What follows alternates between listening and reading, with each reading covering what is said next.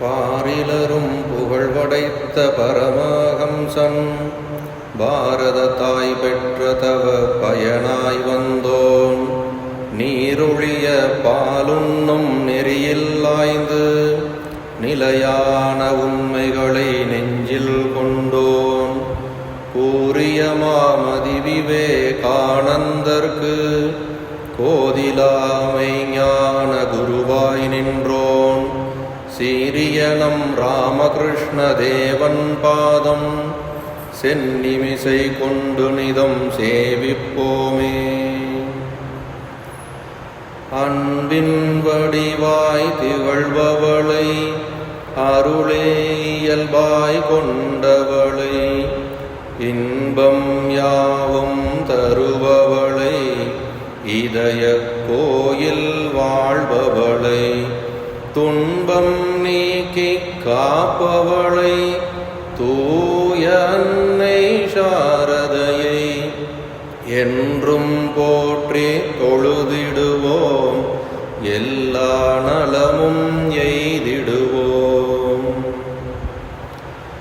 தாயினும் கனிந்த உள்ளம் தளர்விலாதீர வீரம் தீயினை போன்ற தூய்மை தென்றலை போன்ற தன்மை மாயையும் அஞ்சும் ஞானம் மன்மதன் போன்ற மேனி ஆயவை பொருந்தும் மண்ணல் விவேகானந்தர் வாழ்க.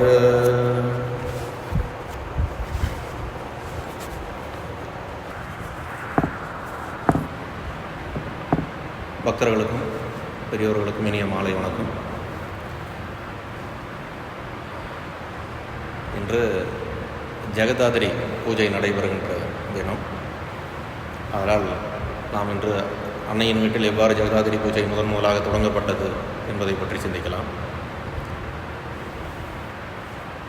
பொதுவாக நம்முடைய பாரத தேசத்திலே சக்தி வழிபாடு என்பது மிகச்சிறந்த ஒன்றாக பண்டைய காலம் தொட்டு இருந்து வந்து கொண்டிருக்கின்றது. ஆதிசங்கரருடைய காலத்திலே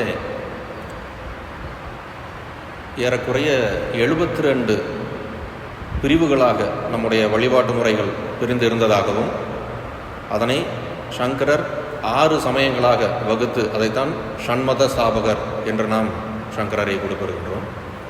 அந்த 6 சமயங்களாக அவர் அதனை தொகுத்து நமக்கு வழங்கியிருப்பதிலே ஒன்றாகத்தான் சாக்தம் என்கின்ற சக்தி வழிபாடு ஒன்றாக இருந்து வருகின்றது. அந்த சக்தி வழிபாடு என்பது எதற்காக என்றால்,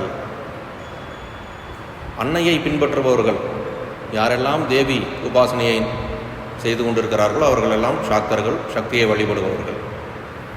சக்தி வழிபாட்டின் மிகச்சிறந்த சாதனமாக தாந்திரிகம், வடக்கிலே நாம் மேற்கு வங்கத்திலும் கேரளா மாநிலத்திலும் தாந்திரிக சாதனை மிகவும் சிறப்பாகவும் மிகவும் பிரசித்தமாகவும் இருந்து வருகின்றது இன்று வரை.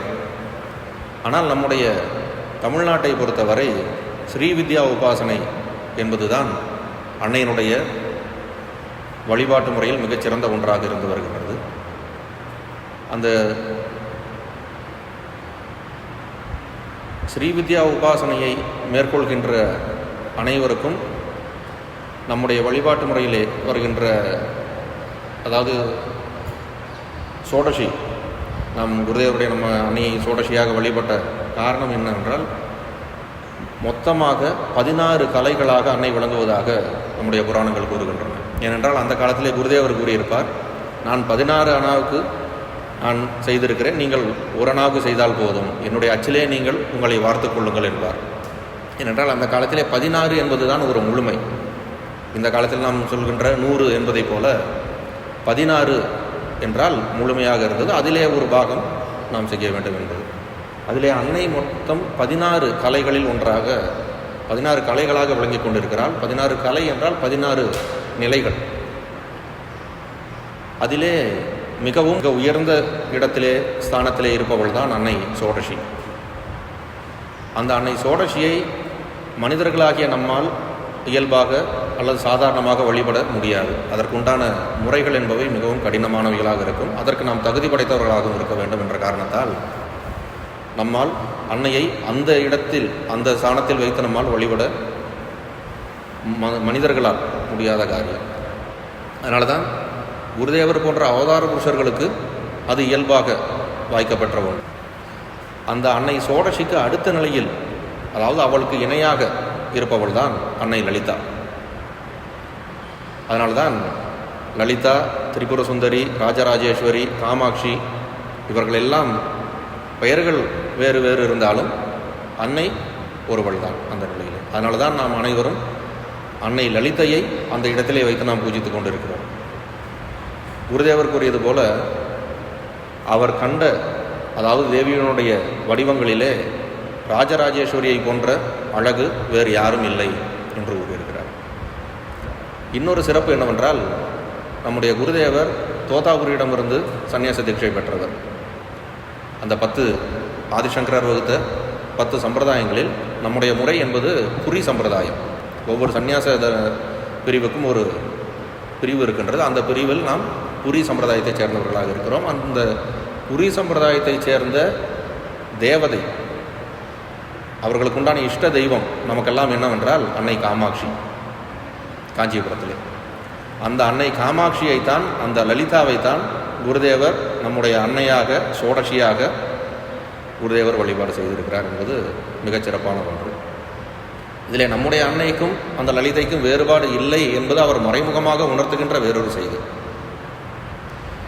அவ்வாறு சக்தி வழிபாடு என்பது மிகவும் இன்றியமையாத ஒன்றாக இருந்த போதிலும், சுவாமி பிரம்மானந்தர் ஒரு முறை அன்னை காசியிலே தங்கியிருக்கின்ற சமயம் என்பதாக நினைவு, எப்போதும் அன்னையை காண்பதற்காக அவர் தங்கியிருக்கிற விடுதியிலிருந்து அன்னை தங்கியிருக்கின்ற அந்த இடத்திற்கு வந்து அன்னை உள்ளே இருப்பார். அவர் வெளியிலே இருந்து மட்டும் அன்னையை பற்றி விசாரித்து விட்டு சென்று விடுவார் பல நாட்களில். பின்னர் ஒரு முறை அன்னையை காண்பதற்காக வந்த பொழுது அன்னை நேரடியாக கேட்காமல் வேறொரு யோகின்மா அல்லது கோலாமா மூலமாக தான் அன்னை பொதுவாக பேசுவார் மற்றவர்களிடத்திலே. அவ்வாறு அன்னைக்கு ஒரு சந்தேகம். அது சந்தேகம் என்பதல்ல, அது சுவாமி பிரம்மானந்தருடைய திருவாய் மூலமாக கேட்க வேண்டும் என்கின்ற ஆசையோ என்னவோ சுவாமி பிரம்மானந்தரிடத்திலே வினவுகிறார்.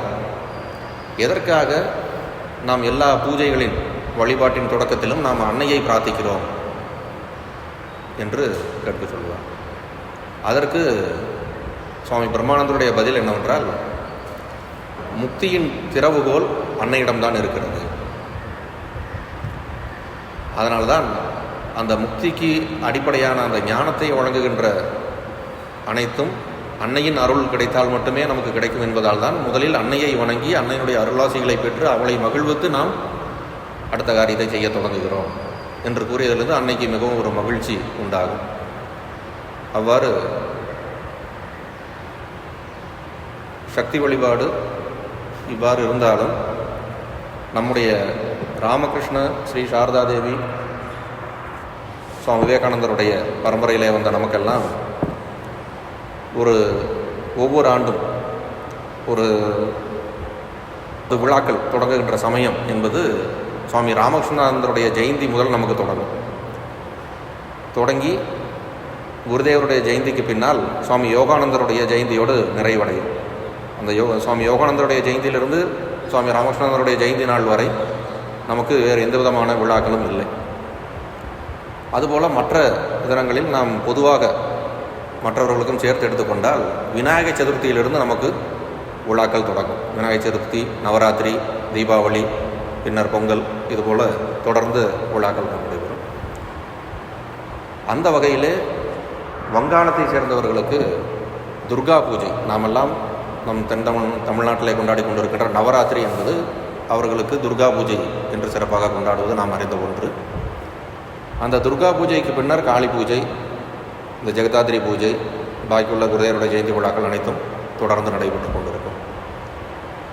இதில் அங்கு இருக்கின்ற ஒரு சிறப்பு என்னவென்றால், வங்காளத்தை பொறுத்த மட்டில் ஒரு நம்முடைய கோயில்களில் மட்டும் நாம் கொண்டாடப்படுகின்ற ஒரு விழாவாக இவை அனைத்தும் இல்லாமல் பலருடைய வீடுகளிலும், யாருடைய வீடுகளிலெல்லாம் வசதி வாய்ப்புகள் இருக்கின்றதோ அவர்களுடைய வீடுகளிலெல்லாம் விக்கிரகங்கள் துர்கா பூஜையானாலும் காளி பூஜையானாலும் விக்கிரகங்கள் செய்து வைத்து அதனை அதுவும் அவர்கள் மட்டுமல்லாமல் வசதி இல்லாத மற்ற வீடுகளைச் சேர்ந்தவர்களும் அவரை சுற்றத்தாரும் சேர்ந்து அவர்களுடைய பங்கு என்னவெல்லாம் அவர்களால் செய்து தர முடியுமோ அனைவரும் ஒன்று சேர்ந்து அந்த விழாவினை கொண்டாடுவது வழக்கம். அந்த வகையிலே தான்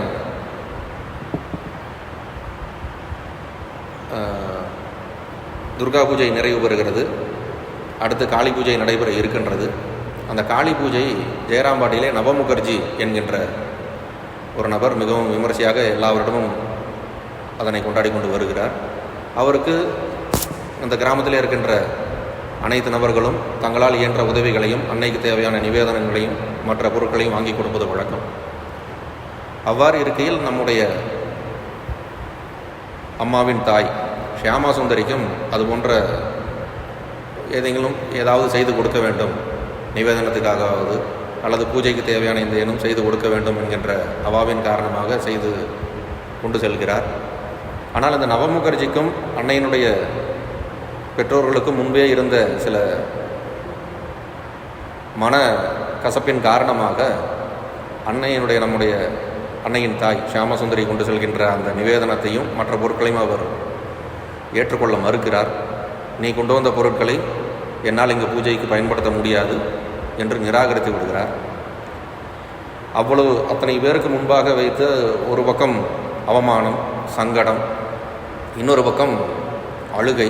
ஏனென்றால் அன்னைக்காக கொண்டு வந்த ஒன்று இவர் ஏற்றுக்கொள்ளவில்லை என்பது ஒரு புறம், இன்னொரு புறம் அன்னைக்கு நம்மளால் எதுவும் செய்து கொடுக்க முடியவில்லை. ஏனென்றால் ஊர் கூடி தேர் இழுப்பது போல அந்த ஊரே சேர்ந்த அந்த பண்டிகையை அவருடைய வீட்டில் கொண்டாடி கொண்டிருக்கிறார்கள். அனைவருடைய பங்கும் அங்கே இருக்கிறது. ஆனால் ஷியாமசுந்தரியின் பங்கு மட்டும் இல்லாத காரணத்தால் அன்னை மிகவும் வருத்தத்தோடு வீடு திரும்புகிறாள். வீடு திரும்பிய பின்னர் அன்னையிடம் எப்பொழுது போல் நாம் இவ்வாறு ஒரு துக்கம் வருகின்ற பொழுது நாம எதையோ பேசி கொண்டிருப்போமோ தேவனிடம் அதுபோல ஷியாமசுந்தரி வீட்டில் அமர்ந்து இரவாகி விடுகிறது. பின்னர் அவள் அங்கிருந்து அந்த மானசீகமாக அந்த காளிதேவியிடம் பேசி கொண்டிருக்கிறாள். அம்மா, என்னுடைய நிவேதனத்தை ஏற்க மறுத்து விட்டாயே, நான் என்ன குற்றம் செய்தேன், என்ன பாவம் செய்தேன், அத்தனைக்கும் தகுதியற்றவளா நான் என்று தம்முடைய மனக்குமுறல்கள் அனைத்தையும் அன்னையிடம் தெரிவித்து கண்ணீரோடு அமர்ந்து அன்னையிடம் பிரார்த்தித்து, நீ ஏற்காத இந்த நிவேதனத்தை நானும் ஏற்கப் போவதில்லை, என்னுடைய வீட்டில் யாரும் ஏற்கப் போவதும் இல்லை என்ற ஒரு உறுதியோடு அதனை ஒரு இடத்திலே வைத்துவிட்டு படுத்து விடுகிறாள். படுத்து சிறிது நேரம் கழித்து யாரோ ஒருவர் தன்னை எழுப்புகின்ற ஒரு உணர்வு. சரி, இது கனவா என்றால் கனவில்லை. எழுந்து பார்த்தால் விளக்குளியில் பார்க்கின்ற பொழுது கதவருகே நம்முடைய வீடுகளைப் போலல்ல, ஒரு வீடு என்றால் அந்த காலத்தில் ஒரு அறை அவ்வளவே இருக்கும். ஒரு சிறிய, நாம் அன்னையின் வீடுகளை கண்டவர்களுக்கு தெரியும், ஒரு சிறிய அறை. அந்த வீட்டின் கதவருகே நல்ல சிவந்த நிறத்தோடு சிவப்பு பட்டாடை உடுத்தி நம்முடைய லலிதா சகஸ்ரநாமத்தில் வருகிறதை போல சர்வாலங்கார பூஷிதையாக அன்னை வீட்டிருக்கிறாள். அவளை காண்கின்ற ஷியாமசுந்தரிக்கும் கண்களில் நீர் பெருக்கெடுத்து ஓடுகிறது. யார் என்பது மனதிற்குள்ளாக நன்றாக உணர முடிகிறது.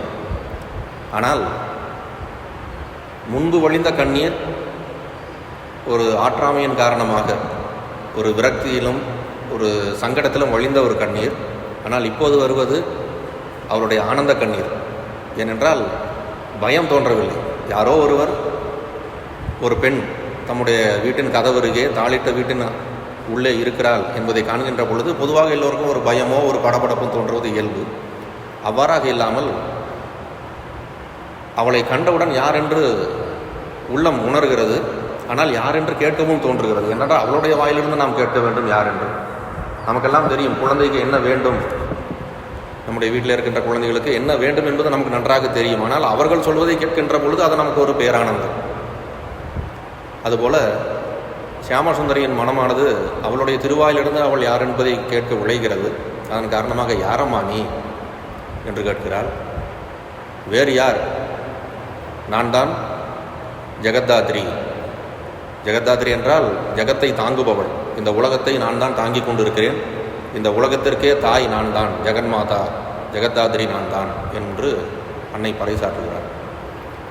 பின்னர் என்னம்மா வேண்டும் உனக்கு, நீ ஏன் இப்படி வருந்தி கொண்டிருக்கிறாய், அவனுடைய நிவேதனத்தை ஏற்றுக்கொள்ள மறுத்துவிட்டான் என்பதற்காக இவ்வாறு நீ வருந்தி கொண்டிருக்கலாமா, உன்னுடைய அந்த நீ செய்த நிவேதனத்தை உன்னுடைய பூஜையை ஜெகதாதிரியாக நான் ஏற்றுக்கொள்கிறேன், நீ வருந்தாதே என்று கூறி அன்னை மறைகிறாள். உண்மையில் இது நடந்தது கனவல்ல. அன்னை ஷியாமசுந்தரி மிகவும் உணர்வோடு தான் இதனை கண்டு கொண்டிருக்கிறாள். மற்ற நாள் காலை விடுகிறது. பொழுது விடிந்த பின்னர் நம்முடைய அம்மாவிடம் ஷியாமசுந்தரி உணவுகிறாள். கால் மேல் கால் போட்டு அமர்ந்திருக்கின்ற அந்த தெய்வம் யார் உனக்கு தெரியுமா? அம்மா சொல்கிறாள், வேறு யார்? ஜெகதாத்ரி. இங்கு நாம் இரண்டு விதமாக சிந்திக்க வேண்டும்.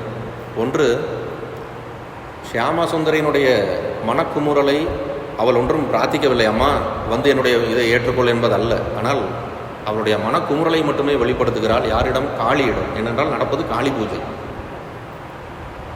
ஆனால் இங்கு வந்திருப்பது ஜெகதாத்ரி. ஆகவே ஜெகதாத்ரிக்காக வேண்டிக் கொண்டு அல்ல அம்மா அழுதது. ஏனென்றால் அவர்களுக்குள் பேதம் கிடையாது. நம்முடைய தேவி மகாத்மியத்தில் 3வது சரிதத்திலே நிசும்பன் வதம் கழிந்த பின்னர் அன்னைக்கும் சும்பனுக்கும் இடையில் போர் தோன்றும் மீண்டும், நிசும்பவதம் நடந்த பிறகு. அப்போது சும்பன் கேட்பான், நீ என்ன எல்லாருடைய உதவிகளையும் கொண்டு நீ போர் புரிந்து கொண்டிருக்கிறாய், வேண்டுமென்றால் தனி ஆளாக என்னுடன் போர் புரி என்று கூறுவான். அதற்கு அன்னை துர்கை கூறுவார், மூடா, இவர்கள் அனைவரும் எனது அம்சாவதாரமானவர்கள், என்னுடைய அம்சங்களே ஆவர். உலகில் இருப்பது நான் ஒருத்தியே, இவர்கள் அனைவரும் என்னுள் புகுவதை காண்பாய் என்கின்றதாக ஒரு ஸ்லோகம் வரும். அதன் பின்னர் அன்னையினுடைய அம்சங்கள் அனைவரும் அவளுக்குள் புகுந்து மறைந்து அன்னை ஒருத்தி மட்டுமே இதாக நிற்பாள். பின்னர் அன்னை கூறுவாள், இப்போது நீ போரில் சிரம் கொள்வாய் என்று கூறி அந்த போர் மீண்டும் தொடங்கும். அதுபோல் துர்கை, காளி, ஜெகதாத்ரி, நம்முடைய அம்மா, இவ்வாறு நாம் பல பெயர்கள் வைத்து அழைத்தாலும் இருப்பது ஒருவர் தான். அதிலே ஷியாமசுந்தரி ஒரு வருத்தத்திலே அழுது கொண்டிருக்கிறார். அந்த வருத்தத்தை எவ்வாறு அன்னைக்கு உணர முடியாமல் இருக்கும்? ஏனென்றால் இன்று நாமெல்லாம் அன்னையை கண்டவர் யாரும் இல்லை. உணர்விலே தான் நாம் அன்னையை, ஏனென்றால் அவளை காண்கின்ற அனைவருக்கும் தோன்றும், எற்றைக்கும் 7 பிறவிக்கும் இவளே என் தாய் என்பது அனைவருக்கும் உணராதவர்கள் யாரும் இருக்க முடியாது. குருதேவரை அடைவதற்குத்தான் பல சாதனைகள், பல தவங்கள் செய்ய வேண்டியது இருக்கும்.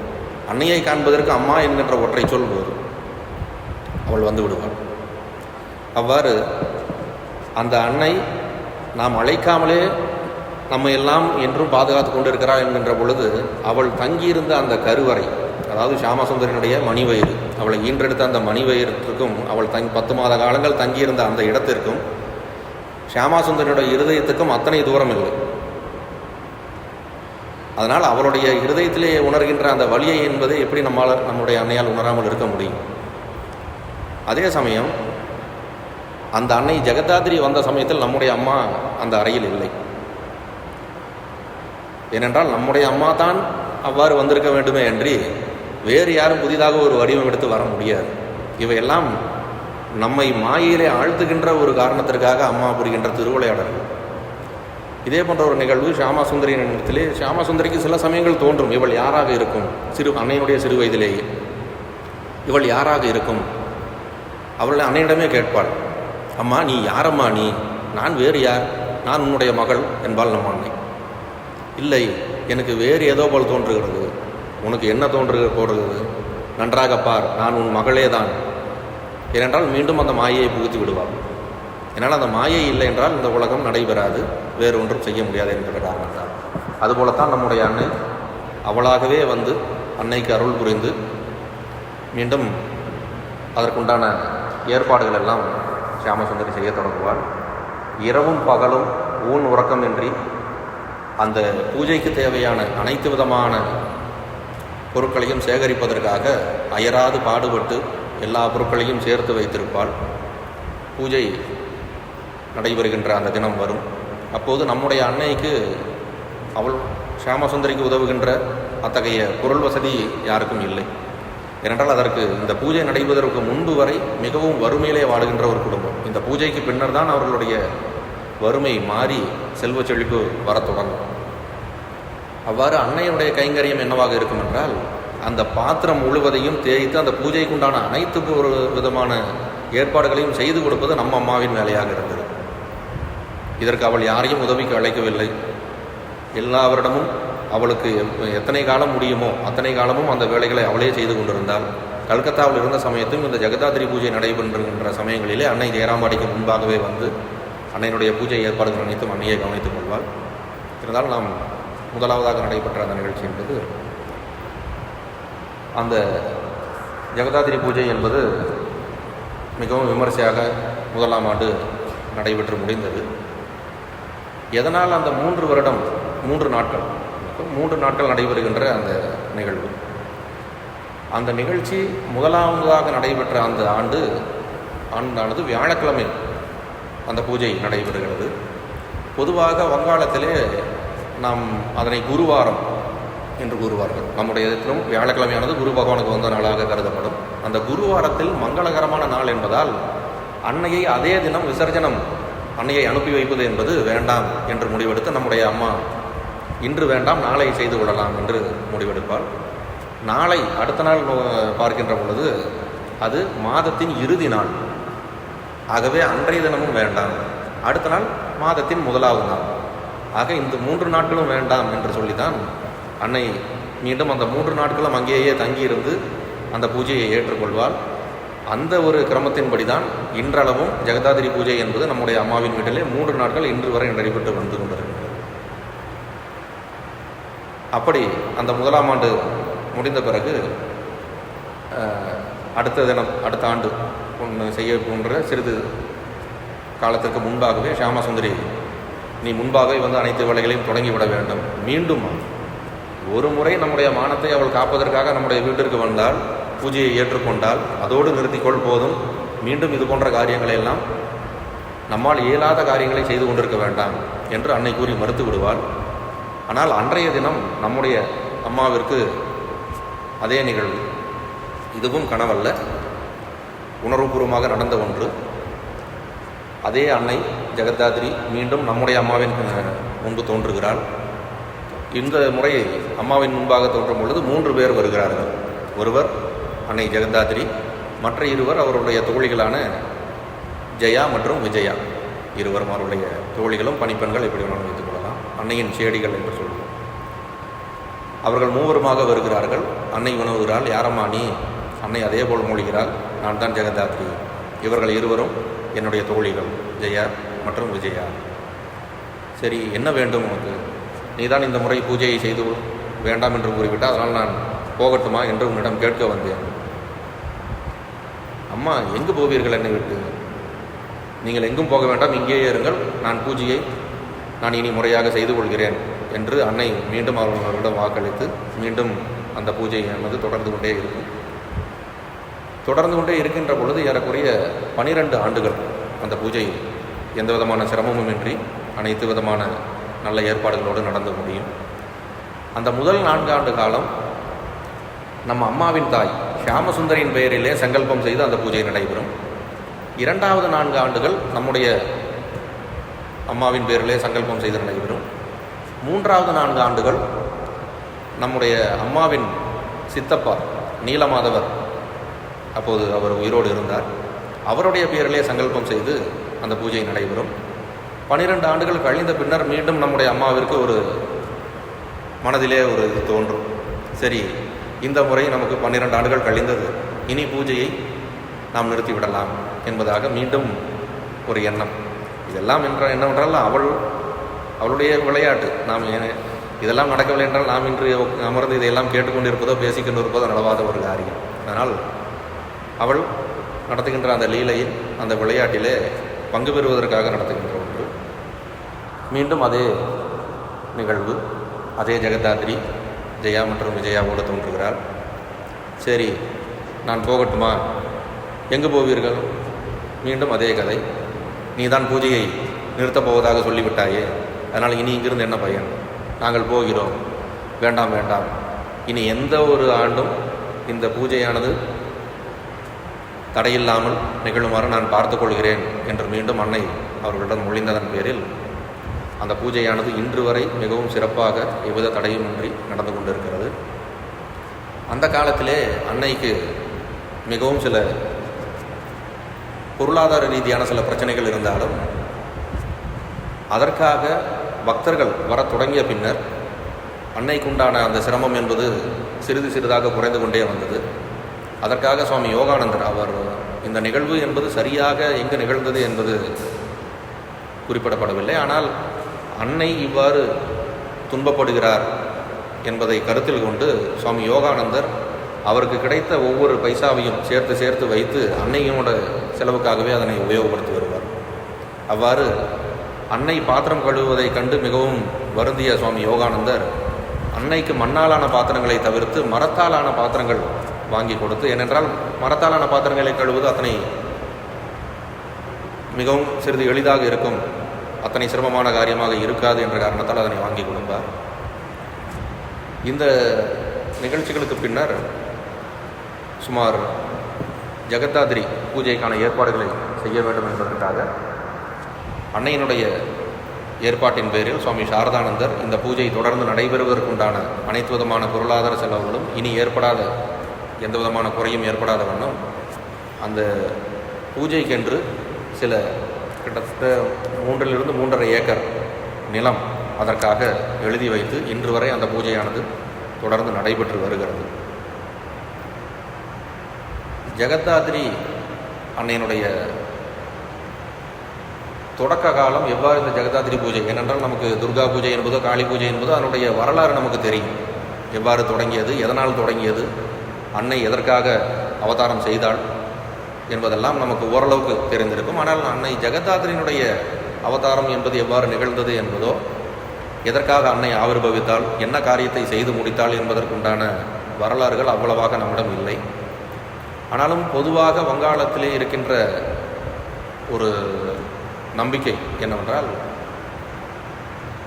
கிருஷ்ணநகர் என்கின்ற ஒரு இடம், அங்கே கிருஷ்ணச்சந்திரர் என்கின்ற ஒரு மன்னர் அந்த நிலப்பகுதியை ஆண்டு வந்ததாகவும், அவருடைய கனவிலே அன்னை ஜெகதாத்ரி தோன்றி இவ்வாறு அவளுக்கு பூஜை ஏற்பாடுகளை செய்வதாக அன்னை பணித்ததாகவும், அதனை ஏற்றுக்கொண்டு கிட்டத்தட்ட 1750 வாக்கில் அப்போது முதல் தான் வங்காளத்திலே இந்த ஜெகதாத்ரி பூஜை என்பது பிரசித்தமடைந்ததாக சில செய்திகள் உண்டு. ஆனால் அதிகாரப்பூர்வமாக ஒரு பதிவாக இன்னும் குறித்து வைக்கப்படவில்லை. அன்று முதல் தான் அங்கு வங்காளத்திலே இந்த ஜெகதாத்ரி பூஜையானது நடைபெற்று வருகின்றது. அதனால தான் நம்முடைய அந்த காளி பூஜைக்கு பின்னர், அந்த காளி பூஜைக்கு அன்னையால், நம்முடைய ஷியாமசுந்தரியால் அதற்கு செய்ய முடியாத காரணத்தால் தான் அதற்கு அடுத்து வருகின்ற பூஜையாக இந்த ஜெகதாத்ரி பூஜையினை, ஏனென்றால் அந்த பூஜை என்றாலும் நிறைவுற்று விட்டது. இனி அந்த காளி பூஜைக்கு உண்டான ஏற்பாடுகளை அவள் செய்து வேறொரு தினம் அந்த காளி பூஜையை நடத்த முடியாது. அதனால தான் அன்னை ஜெகதாத்ரி அவளுடைய அருளை ஷியாமசுந்தரியின் மேல் பொழிய வேண்டும் என்ற கருணை கொண்டு அன்றைய தினம் அடுத்து வருகின்ற அந்த ஜெகதாத்ரி பூஜையிலே நான் உடைய பூஜையை ஏற்றுக்கொள்கிறேன் என்று அருள்பாலித்து இன்றைய தினம் வரை அந்த பூஜை என்பது நடைபெற்று, அதே போன்ற அன்னை தேவி மகாத்மியத்திலே கூறியது போல, இவர்கள் அனைவரும் என்னுடைய அம்சாவதாரமானவர்கள் மட்டுமே, இருப்பது நான் ஒருத்திதான் என்கின்ற அந்த மொழிந்த அன்னையினுடைய வாக்குகளை நாம் மனதிலே கொண்டு சர்வதேவ தேவ சுரூபிணியான நம்முடைய அன்னையை ஜெகதாத்ரியாகவும் காளியாகவும் துர்கையாகவும் மனதிலே பாவித்து இன்றைய தினம் உலகில் உள்ள அனைவருக்கும் எல்லா நலங்களும் வளங்களும் பெற்று அனைவரும் மகிழ்ச்சியுடனும் பக்தியுடனும் அனைவரும் திகழ வேண்டும் என்று நம்முடைய அம்மாவிடம் பிரார்த்தனை செய்து நிறைவு செய்வோம். உலகெலாம் அன்புமேவி ஒரு குலமாக வாழ்க, கலகமும் துயரும் வீழ்க, கருமையும் களிப்பும் பொங்க, நலமெலாம் விளைய, ஞான ஞாயிறு நாளும் பொலிய, இலகுவாய் எங்கள் தேவி சாரதை தாயே போற்றி.